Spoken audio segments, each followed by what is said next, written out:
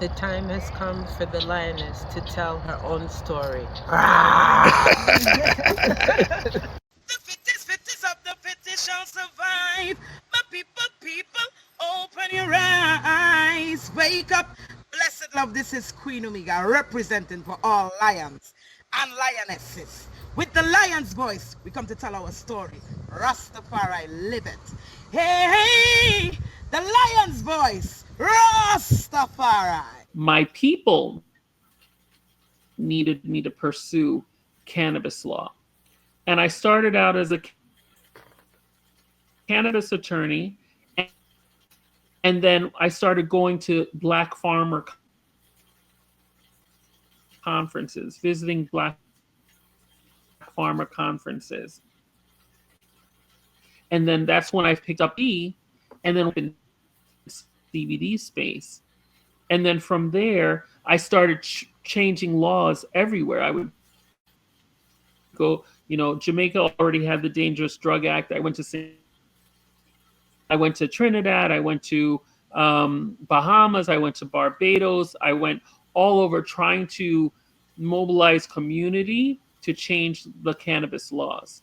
And that became my work. Just going from one jurisdiction to the next jurisdiction, where agricultural dietary supplement happened in phases based on what the people need to understand. Because as you know, Ras Kwasi, there aren't that many of us. What do you have to tell the people about Ras Tafari? Light to the world. The king of kings and the conquering line of the tribe of Judah.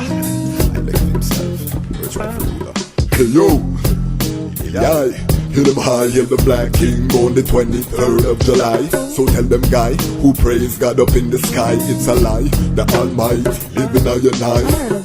From ancient time them a try. Them Romans know them just open them suit and ties.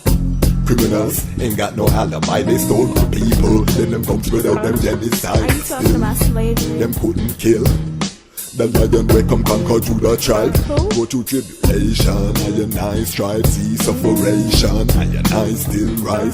That's why we tell them in America, live Rastafari in every ghetto area. We come to tell them in a Toronto, straight to Italy. And so, and once I graduated, I just went into the areas of law that the law firm that I worked at, and I'm still a part of that law firm today, Dumar Allsworth et al. So, it's a law clerk in law school, real estate law, contract law. So I just kept doing what I knew, what I was helping the other attorneys with. But October 2016, I felt like I was, it wasn't peace for me. It wasn't clicking for me in the same way. There was a hurricane weekend in 2016, and that made me stop because everything was shut down. So when I was at home, I just started praying and meditating, and God said, look at cannabis law. And I said, I don't think that's a thing. I don't think cannabis law actually exists. That's me talking to God. And he said, no, look at cannabis happening in Florida right then and there. And that's how I chose cannabis law, because it wasn't even a consideration for me before. I didn't go into law school thinking I'd practice cannabis law. It was just the Almighty said, look at cannabis law. And then I called an attorney I found out about, Michael Minardi, and he said, that's where I need to be. And that's what happened for me is, God told me to look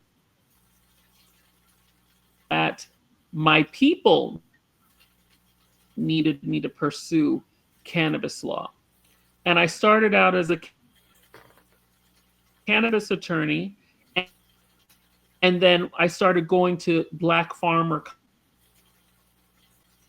conferences, visiting Black farmer conferences. And then that's when I picked up and then in CBD space. And then from there, I started changing laws everywhere. I would go, Jamaica already had the Dangerous Drug Act. I went to Trinidad. I went to Bahamas. I went to Barbados. I went all over trying to mobilize community to change the cannabis laws. And that became my work.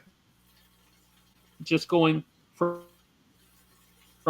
one jurisdiction to the next jurisdiction, where agricultural dietary supplement happened in phases based on what the people need to understand. Because as you know, Ras Kwasi, there aren't that many of us. So as I understood a new area related to plant medicine, related to cannabis representation, then I started, pursuing those areas and becoming an expert in the areas where I thought our people would need the support, our people would need the guidance, so they're not taken advantage of. So I spent a lot of time between 2017 and I would say 2020 in Jamaica. I was in Jamaica maybe 3 times a month. Conferences, like I spoke at Canex in Kingston at the Pegasus 2017. I spoke at Canex in Montego Bay. I spoke at UTEC, built a relationship with UTEC. I would take UTEC students and bring them over to the state so they can speak with me at the Cannabis Science Conference. At the next generation in Jamaica would have all the opportunities as students who were in the United States. So I really got involved with, I had a mentor, Dr. Eleanor Grizzle. She's in Jamaica. She was very involved with UTEC, their health sciences department. And then students and giving them guidance on their product development and helping them to have opportunities to speak at Tuskegee University, as well as pursue higher education at Tuskegee and other agricultural schools. So that was part of the work. And when you look at the work is varied, and that's what I want people to really understand. That's part of the work. Wi-Fi, the guy, people. You see, I'm being patient. He's trying to shake us up, but we're here. Yeah. We'll let this thing just manifest how it manifests. The message has to go out. So I was just talking about the work. The work, yes, how it's various. Like some of it is being on stages. Some of it is, some of it is reading documents and making sure that our people are not stuck in predatory contracts and predatory, agreements and relationships with people. So, there's a lot of pro bono work involved. You can't do pro bono for everywhere or you're starved. Pursuing justice, writing the laws. So writing, legislation and going back year after year after different sessions in different jurisdictions, trying to get them to have diversity language, trying to make sure that they recognize the harm done to faith-based community and Rastafari, getting them to change their mindset about the law and faith-based use of cannabis. So once a law is made by legislators, then the regulators get their chance. So working and lobbying with regulators to ensure that they're implementing the law in a way that allows for maximum participation. Like the work is so varied. Like tomorrow, I'm going to Atlanta. I'm speaking at the Capitol in Atlanta tomorrow. about the legislation that's being proposed and the different delivery systems for cannabis that should be introduced, because they don't even have flower in Georgia right now. So being able to advocate, no, you can't just have people using these vapes and things. They need to have access to flower, especially as faith-based users, us indigenous plant-based users. We need to have different delivery systems, and you combat such as, you're exposing children to cannabis. No, legal cannabis actually limits access.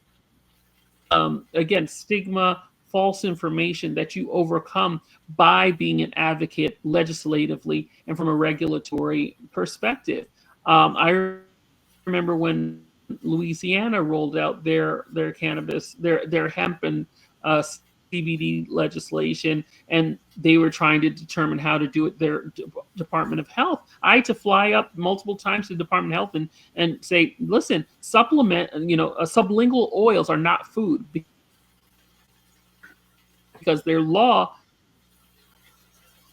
banned food. So implementation, we need to make sure that we maximize the different is varied and it doesn't stop. And as I said, tomorrow I'm going to be doing the same thing that I did in 2016, going back to Georgia, where I've already been working on their laws since 2016, 2017, 2018. And now I'm making a return there with other advocates to ensure that there is maximum opportunity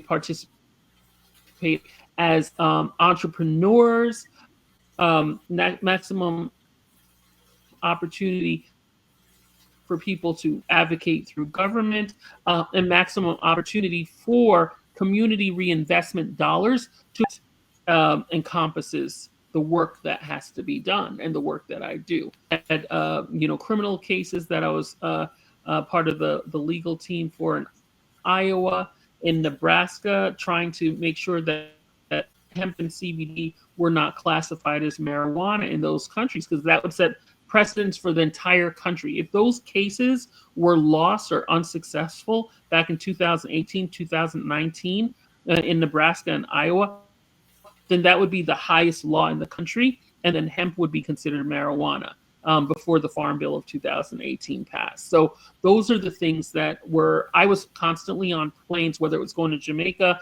going to other Caribbean, sovereign nations, going to England when they had their novel foods registration. I had a client that had CBD products they wanted to sell in England. And, I went back and forth, helped them open 4 CBD stores in England. And help them file their novel foods registration. So, boiling the ocean, it feels like wrapping your arms around, the ocean, trying to do all this work. But it's not work. Why community is so important. That's why coalition building is so important. Like, we have to always be humble enough to know that the work isn't about us. The work is about finding like-minded individuals. The work is about inspiring young people to become lawyers, to become with integrity, to become accountants with integrity, with a heart for the people. And of course, they're passionate about the plant, passionate about plant medicine. We need you to go to law school. Because a lot of times lawyers will say, oh, it's saturated. You don't want to be a lawyer. You don't make any money anymore. I say, no, we're going to disrupt that false narrative. We specifically, our community, especially Rastafari community, we need as many lawyers as we can get to do fraud. And I was fortunate that because I had a solid family foundation, I have to always give credit to my mom, my dad, aunties for holding me down. When I was on planes flying all these places, I had a child who was like between 3 and 10 years old. Now he's 13, and I'm home more now, but I can be home now more because I've created so many leaders, and I've encouraged and inspired so many other people to participate and to do that work that I used to have to do by myself because there wasn't anyone else who was able to, as an attorney, fly from city. There were some weeks when I was in 4 to 5 cities, Wow. 4 to 5 states in 1 week. There were weeks when I was in 4 doing work for Ganja.